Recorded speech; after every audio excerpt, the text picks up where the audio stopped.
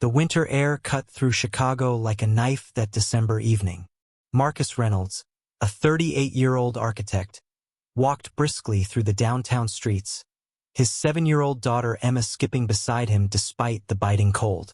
They had just finished their annual tradition of watching the holiday window displays at Marshall Fields, and Emma's cheeks were flushed with excitement and cold. "Dad, can we get hot chocolate?" Emma asked, her voice muffled by the thick scarf wrapped around her neck. "Of course, sweetheart.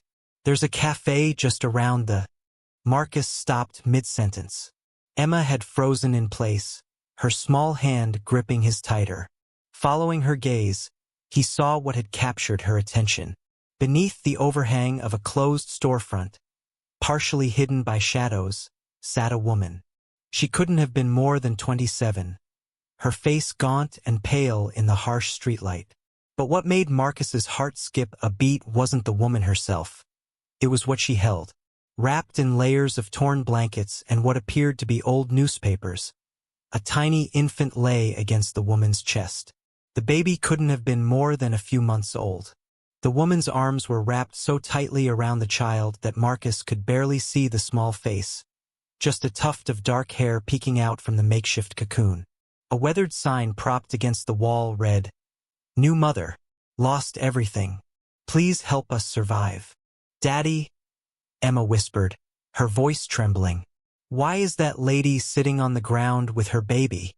Doesn't she know it's freezing?" The question hung in the air like frost. Marcus felt his throat constrict. How do you explain the cruelty of circumstance to a child? How do you tell your daughter that life can be so unforgiving that it leaves a mother and infant exposed to winter's harshest elements? The baby made a small sound.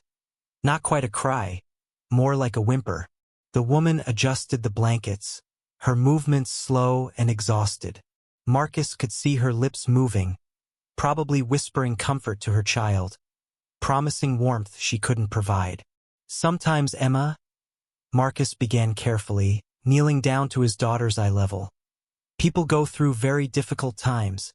They might lose their jobs or their homes or—" "But she has a baby," Emma interrupted, her eyes wide with confusion and growing distress. "Babies need to be warm and safe. That's what you always say. That babies are precious and need special care." She was right, of course. 3 years ago, when Emma's mother Rachel had died suddenly from a pulmonary embolism, Marcus had clung to those principles. He'd made sure Emma always felt safe, warm, and loved, even as his own world crumbled around him. He'd promised Rachel, in those final terrifying moments at the hospital, that he would protect their daughter no matter what. The woman on the street shifted, and the baby's cry grew louder, more insistent. It was the sound of hunger, of cold, of discomfort that couldn't be soothed by a mother's love alone. "We have to help them, Dad," Emma said, and there was steel in her young voice. "We can't just walk away." Marcus looked at his daughter, then back at the woman and child. Every rational part of his brain screamed caution. He didn't know this woman. She could be dangerous. She could be unstable. He had Emma to think about. His responsibility was to keep his daughter safe. But Emma was right. They couldn't just walk away. "Wait here for just a moment," Marcus told Emma, gesturing to a spot a few feet away where she'd be visible but out of immediate range. He approached slowly, the way you might approach a frightened animal. "Excuse me, miss?" The woman's head snapped up, fear flashing across her features. Her arms instinctively tightened around the baby, her body language screaming protection and wariness. "I don't want trouble," she said quickly, her voice hoarse. "We're not bothering anyone. We'll move if you want. The baby needs somewhere out of the wind." "No, no," Marcus said, holding up his hands in a peaceful gesture. "I'm not here to move you. My daughter and we just wanted to see if you needed help. If there's anything we can do." The woman stared at him as if he'd spoken a foreign language. Her eyes, dark and exhausted, searched his face for the catch, the condition, the inevitable disappointment. "What's your name?" Marcus asked gently. "Sarah," she whispered after a long pause. Sarah Mitchell. This is Jordan. She adjusted the blanket slightly, and Marcus caught a glimpse of the baby's face. Pale skin, dark eyes that seemed too large for such a tiny face, and an expression that somehow managed to look both peaceful and uncomfortable. I'm Marcus. That's my daughter, Emma. He gestured toward where Emma stood, watching with intense concern. Sarah, it's going to drop below 0 tonight. You and Jordan can't stay out here. The shelters are full, Sarah said, and her voice cracked. I've tried them all. It's Christmas week. Everyone needs help right now. There's a waiting list, and Jordan and I are at the bottom because we're not technically from this district. I grew up 3 neighborhoods over, but apparently that matters. Where's Jordan's father? The question came out before Marcus could stop himself. Sarah's expression hardened. Gone. Disappeared when I was 5 months pregnant. Turned out he had a whole other family in Wisconsin. Wife, 2 kids, the works. I was just the stupid girl from the office who didn't ask enough questions. Emma had edged closer, unable to resist. She peered around Marcus at the baby, her expression soft with wonder and concern. He's so tiny, she breathed. How old is he? 3 months, Sarah said, and for the first time, her expression softened slightly. He was born 6 weeks early, spent 2 weeks in the NICU. That's when everything really fell apart. The medical bills, missing work, losing my apartment. The baby, Jordan, let out another cry, this one stronger, more desperate. Sarah tried to adjust him, tried to soothe him, but Marcus could see the exhaustion in every movement, the defeat in her eyes. Daddy, Emma said, tugging on his coat, can they come home with us? Just for tonight? It's almost Christmas. Nobody should be cold at Christmas, especially not a baby. Marcus looked at his daughter, then at Sarah, then at the infant who had done nothing to deserve this fate. He thought of Rachel, who had volunteered at homeless shelters throughout their marriage, who had always said that the measure of a society was how it treated its most vulnerable members. What would Rachel do? He knew the answer immediately. She would have already bundled this woman and baby into their car. We have a house about 15 minutes from here, Marcus heard himself say. 3 bedrooms, hot water, food, heat. Please, just for tonight. No expectations, no strings. Just a warm place to sleep and some food. Sarah stared at him, tears beginning to stream down her face. You don't know me. I could be. You're a mother trying to keep her baby alive on the coldest night of the year, Marcus said firmly. That's all I need to know. The wall Sarah had built around herself, the one that had kept her surviving on the streets, that had protected her from the 1,000 small cruelties and indignities of homelessness, cracked and then shattered completely.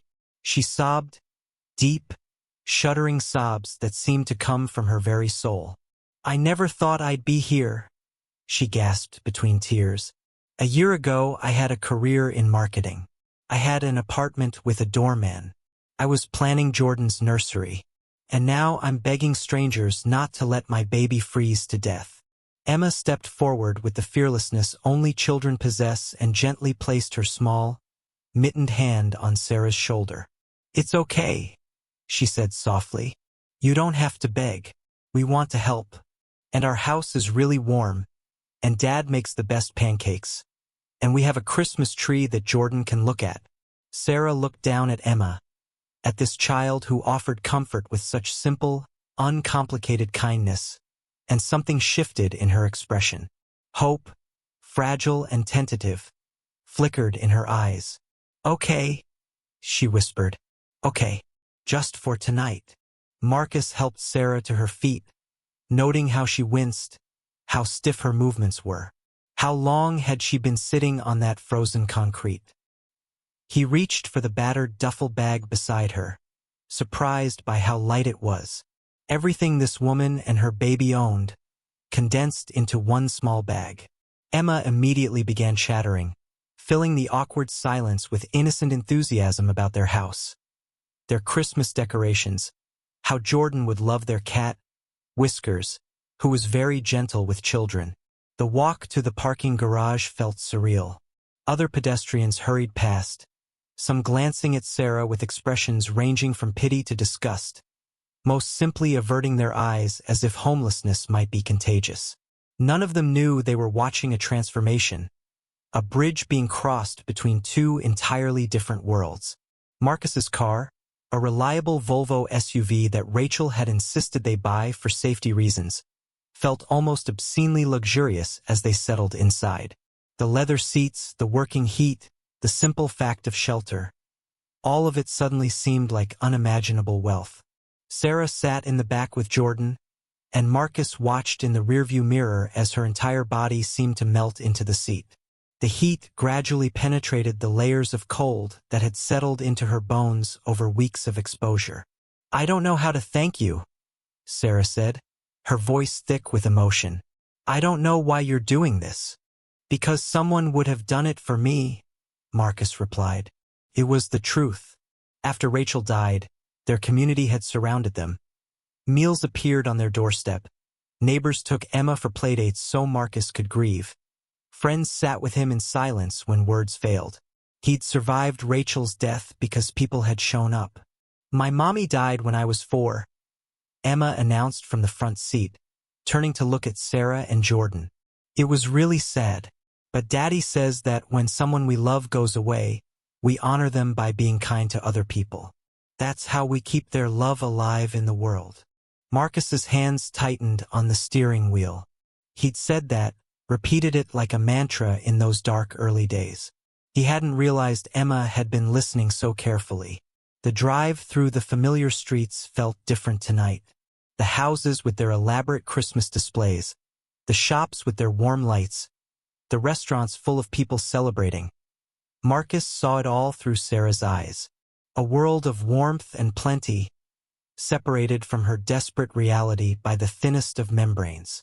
Their house, a modest colonial in a quiet suburb, looked like something from a dream as they pulled into the driveway.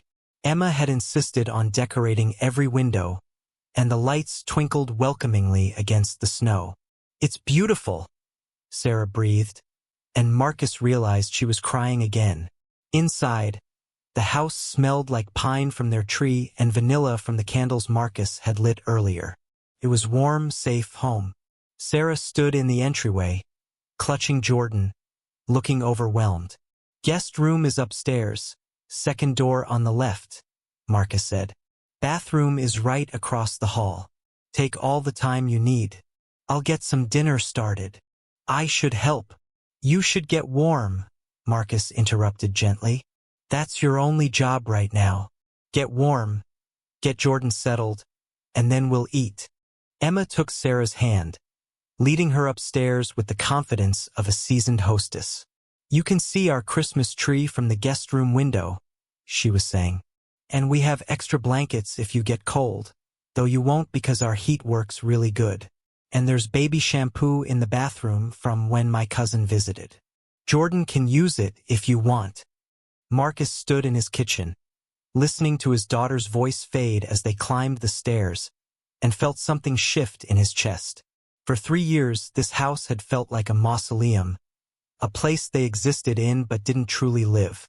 Suddenly, it felt alive again. An hour later, Sarah emerged from upstairs transformed.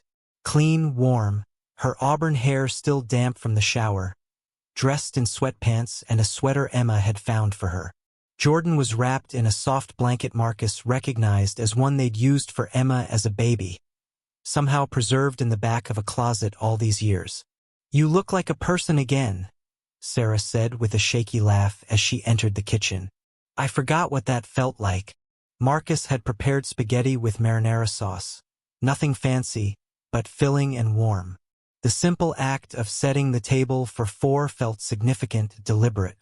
Emma had already put out Jordan's carrier as a makeshift seat of honor. As they ate, the conversation flowed more easily than Marcus had expected. Sarah told them about her life before, the marketing firm where she'd worked her way up from intern to junior executive, the apartment she'd been so proud of, her plans for Jordan's future that had seemed so certain. His father, Derek, was a client, Sarah explained, feeding Jordan small amounts of formula Marcus had run out to buy. Sophisticated, successful, charming. He said he was divorced, that his ex-wife had moved to California with their kids. 6 months into our relationship, I got pregnant. That's when the truth started unraveling. He was married the whole time? Emma asked, her young face scrunched with indignation. Very married. His ex-wife had no idea I existed. Neither did his teenage children. Sarah's voice was flat, the pain filed down by months of repetition. When I told him about the pregnancy, he offered me money to take care of it. When I refused, he disappeared, changed his number, blocked me everywhere, told his firm I'd been harassing him. I lost my job, lost my credibility, lost everything. Marcus felt anger rising in his chest. At Derek, at the firm that had believed his lies, at a system that had failed Sarah at every turn. But you have Jordan, Emma said firmly. And he's perfect. Sarah's expression softened as she looked at her son. He is perfect. He's the only thing that makes sense anymore.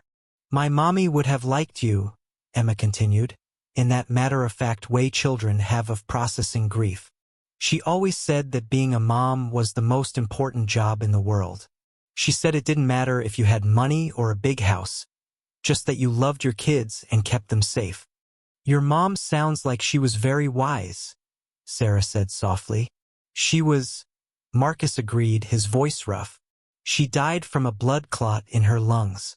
Sudden, unexpected. She went to work one morning, and by afternoon, he trailed off, still unable to complete the sentence after 3 years. I'm so sorry, Sarah said, and the understanding in her voice was absolute.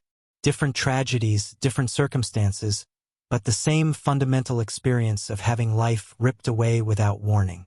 After dinner, while Sarah gave Jordan a proper bath in an actual bathtub, marveling at the luxury of hot running water and clean towels, Marcus and Emma had a whispered conference in the living room. We need to give them Christmas presents, Emma said urgently. They don't have anything. I was thinking the same thing, Marcus admitted. What should we do? Emma's face scrunched in concentration, a gesture so reminiscent of Rachel that Marcus's heart ached. I have toys and clothes that are too small for me but perfect for a baby. And Mom's jewelry box. You said I could have it when I was older, but I don't need it yet. Sarah should have something beautiful. That's very generous, sweetheart. It's what Mom would want, Emma said with absolute certainty. Later that night, after Emma had insisted on teaching Jordan an elaborate goodnight routine he was far too young to comprehend but seemed to enjoy anyway, Marcus found himself standing in his bedroom, looking at Rachel's side of the closet. Her clothes still hung there, preserved like museum pieces. Her favorite winter coat, barely worn before she died. Her scarves, each one associated with a memory.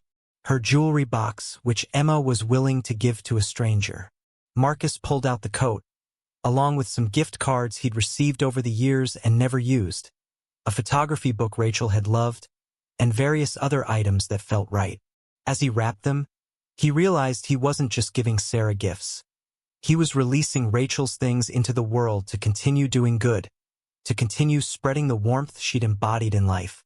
Christmas morning arrived with Emma as their alarm clock, bursting into Marcus's room at dawn. It's Christmas, and we have guests, and Santa knew they were here because there are presents under the tree for everyone. Sarah emerged from the guest room looking rested for the first time since Marcus had met her. Jordan, full and content, babbled happily in her arms, reaching for the shimmering lights on the Christmas tree visible through the doorway. Emma, sweetheart, we can't just... Sarah started to protest as Emma dragged her toward the tree. Everyone gets presents on Christmas, Emma announced with the authority of a 7-year-old who'd clearly thought this through. It's the rule. What followed was the kind of Christmas morning Marcus hadn't experienced since Rachel died. Real joy, uncomplicated by grief. Sarah cried over every gift, the coat, the jewelry, the gift cards, the baby supplies Emma had carefully chosen. Jordan was more interested in the wrapping paper than the toys, making everyone laugh. But it was the photography book that broke Sarah completely. "I used to love photography," she whispered, running her hands over the cover. "I did it all through college. I dreamed of maybe doing it professionally someday. But then life got busy, and I kept putting it off." "Dreams don't expire," Marcus said. "They just wait." They spent Christmas Day like a family. Marcus made his famous pancakes, a recipe Rachel had perfected and he'd merely maintained. They watched holiday movies, Jordan fascinated by the colors and sounds. Emma taught the baby pat a cake with surprising patience. The awkwardness melted away, replaced by something that felt almost like belonging. That evening, after Jordan was asleep and Emma was playing with her new toys, Sarah found Marcus on the back porch, watching snow begin to fall again. "Can I ask you something?" Sarah said softly. "Of course. Why did you really do this?" "The truth." Marcus was quiet for a long moment, watching the snowflakes drift down like tiny stars. "When Rachel died, I wanted to stop existing. Not die exactly, but just cease. The only thing that kept me going was Emma.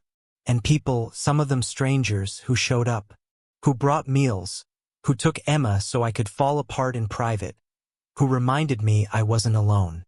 He turned to look at Sarah. "Rachel used to say that kindness is energy. It can't be created or destroyed, only transferred from one person to another. Tonight, I guess I was just transferring what was given to me.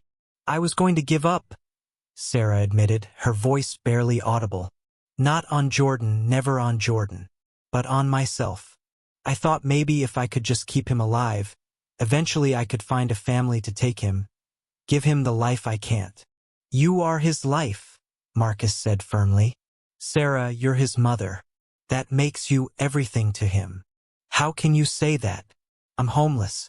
I have nothing. You have everything that matters. You have love. You have determination. You have the courage to accept help, which is harder than people think." Marcus paused. "I have a proposal for you." Sarah looked at him warily. "My firm has an opening in the administrative department.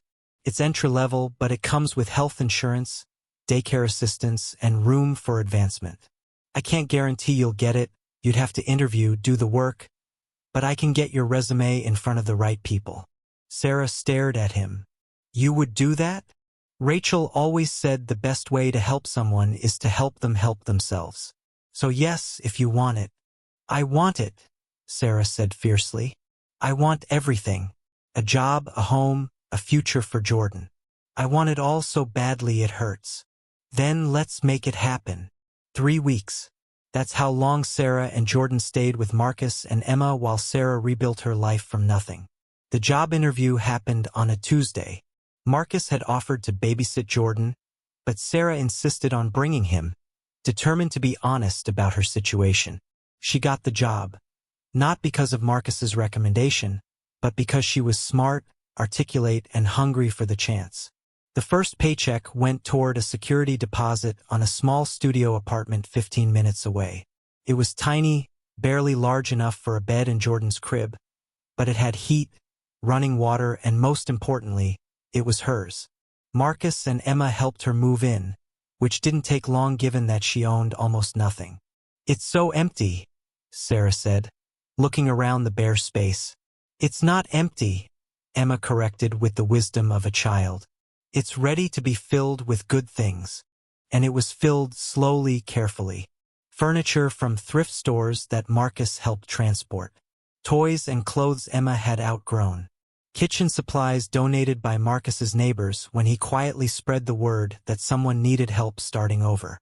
But more than physical things, the apartment was filled with connection. Sunday dinners became a tradition. Emma insisted on Oliver Days. She decided Jordan needed a more dignified name for official occasions, where she could teach him important life skills like how to properly stack blocks and knock them down. Months passed. Sarah was promoted. Jordan took his first steps in Marcus's living room, with everyone cheering like he'd won an Olympic medal. Emma started calling Sarah Aunt Sarah, without anyone suggesting it. The boundaries between their lives blurred and softened. Marcus noticed himself changing too. He laughed more. The house felt less like a shrine to Rachel's memory and more like a home where her spirit continued through actions rather than artifacts. He started dating again, cautiously, slowly, something he never thought he'd be ready for. It was at one of Emma's soccer games, 2 years after that Christmas Eve, that Sarah pulled Marcus aside. "I need to tell you something," she said, her expression serious. Marcus felt a spike of concern. "What's wrong?" "Nothing's wrong. Everything's right, actually. Too right." She took a deep breath. "I got offered a position at a photography studio. Good pay, flexible hours, doing what I actually love. And I've saved enough for a real apartment. 2 bedrooms, a real kitchen, the works." "Sarah, that's wonderful," Marcus said, genuinely thrilled. "It is wonderful. And it's all because of you. Because you stopped that night. Because you saw me as a person worth saving." Tears were streaming down her face now. "But here's the thing. I don't want to lose this. You and Emma, you're our family now. Jordan calls you Uncle Marcus. Emma's the best thing in his life besides me. I'm terrified that if we move forward with our own life, we'll lose you." Marcus felt his own eyes stinging. "Sarah, you're not losing us. Family doesn't work like that. You can have your own life and still be part of ours. That's the whole point. Promise." "I promise. We're not bound by blood. We're bound by choice. And I choose you and Jordan. Every day."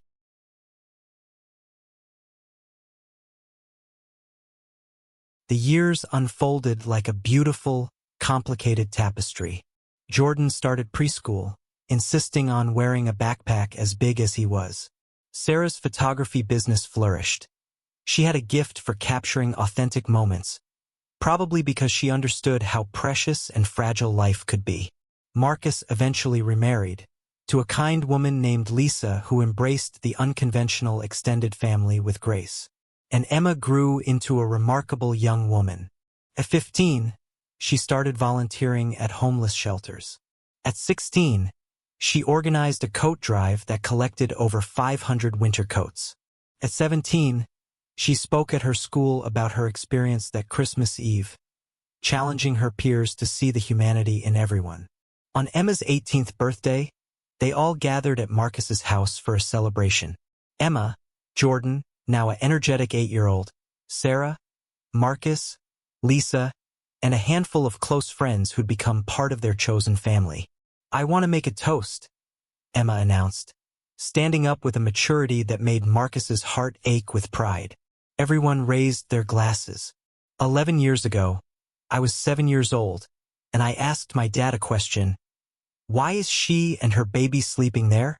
Emma looked at Sarah, who was already tearing up. "I didn't know that question would change my life, would teach me that family is about choice, not blood. That courage sometimes looks like accepting help. That one moment of compassion can ripple out forever." She turned to Marcus.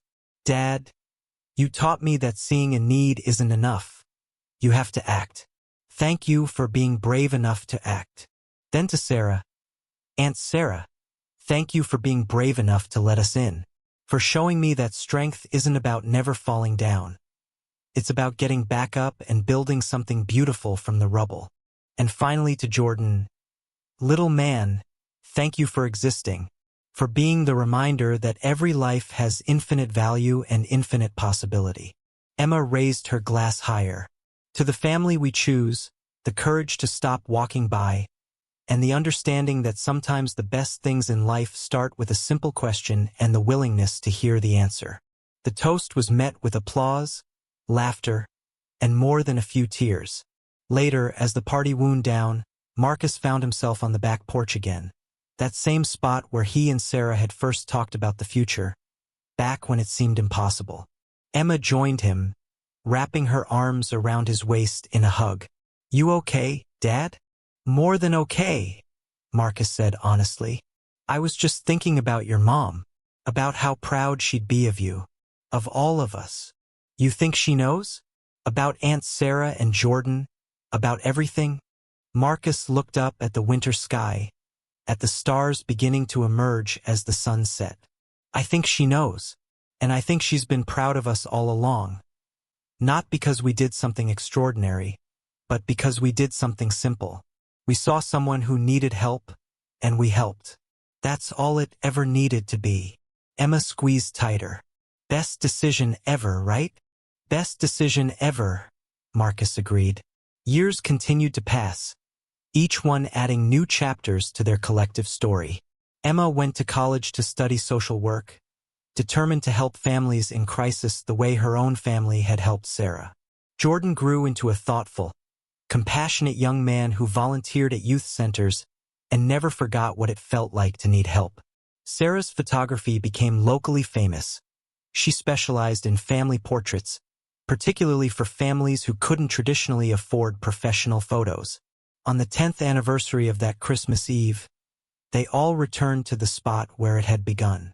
The storefront was now a coffee shop, bustling and warm. At Sarah's suggestion, they'd arranged with the owner to place a small plaque near the entrance. Sometimes angels wear winter coats and ask simple questions. December 24, 2013. A reminder that every act of kindness changes the world. They stood together in the cold Marcus, now 48, Emma, 17, Sarah, 37, and Jordan, 10. Looking at the plaque, remembering. Do you remember it? Emma asked Jordan. Not really, Jordan admitted. But I know the story. How Uncle Marcus and Emma saved us. No, Sarah corrected gently, pulling her son close. How we saved each other. Because that was the truth. Marcus had needed to remember how to live again. Emma had needed to learn that the world could be changed through action. Sarah had needed to learn that accepting help wasn't weakness. And Jordan had needed a family who chose him. They'd all needed each other. And they'd been brave enough to let that need transform into something beautiful. As they walked away from the plaque, back toward their cars and their lives and their futures, Marcus realized something profound. That cold Christmas Eve hadn't just changed one life or even two. It had created a ripple that would continue spreading long after they were gone. Emma would help hundreds of families through her social work. Jordan would inspire countless students as a teacher. Sarah's photographs would capture thousands of moments of love and connection. And Marcus had learned that moving forward didn't mean forgetting. It meant carrying the best of the past into the future.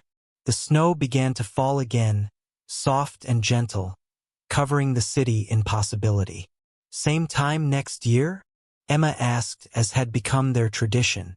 Same time next year, they all agreed. And as they parted ways, Sarah and Jordan to their apartment, Marcus and Emma to their house. Each of them carried the same knowledge. Family isn't defined by blood or circumstance or luck. It's defined by the moment you choose to stop walking by. The moment you ask the question. The moment you offer your hand. Everything else is just details.